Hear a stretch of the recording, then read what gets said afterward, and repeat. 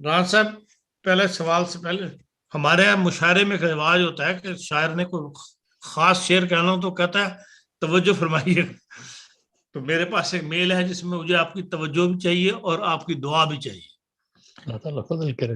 جی لکھتی ہیں جی میں عمر 32 سال ہے. 2012 میں مجھے بڑی آنت کا کینسر ہوا تھا جو کہ علاج کے بعد ٹھیک ہو گیا، لیکن علاج کے دوران ملنے والی شعاعیں ریڈیشن جو کہ پیٹ کے نچلے حصے میں دی گئی تھیں نے میری ہیزادانی اووریز کو بہت نقصان پہنچایا اور انہوں نے کام کرنا چھوڑ دیا. اس کے بعد مجھے قدرتی طور پر ماہواری نہیں ہوئی. ایلوپیتھک دوائی ہومنس لینے سے ماہواری آتی ہے. میں نے اس دوران ہومیوپیتھک کا علاج بھی کروایا ہے لیکن کوئی فرق نہیں پڑا. ڈاکٹر کے مطابق ہیزادانی میں انڈے نہیں بنتے. شادی کو 5 سال ہو گئے ہیں لیکن اولاد کی نعمت سے محروم ہوں. پچھلے کچھ عرصہ سے میں ریڈویم لے رہی ہوں.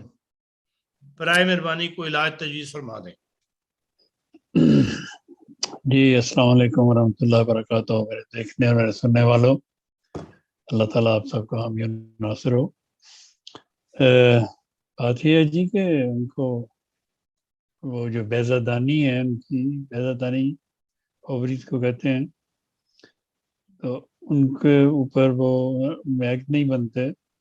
تو ممکن ہے کہ وہ جو انہوں نے وہ شوائیں وغیرہ دی ہوں یا وہ جو بھی علاج کیا اس کی وجہ سے اس کے سائیڈ افیکٹس ہیں. اس کے لیے سب سے پہلے تو وہ ایک دوائی، ایک خوراک ہے ریڈیم بروماٹم کی 1000 میں، ویک میں ایک بار صرف، شروع وہاں سے کرنی. تو اسے اگلے دن پھر وہ لیں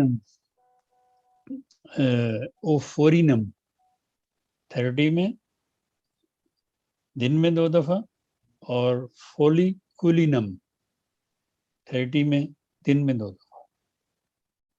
یہ آپ لینا شروع کریں تو مجھے امید ہے انشاءاللہ تعالیٰ، اللہ تعالیٰ فضل سے آپ کی یہ پیریڈز بغیر دوائی کے شروع ہو جائیں گے. لیکن جو دوائی آپ اس کے لیے کھا رہی ہیں وہ چھوڑ دیں.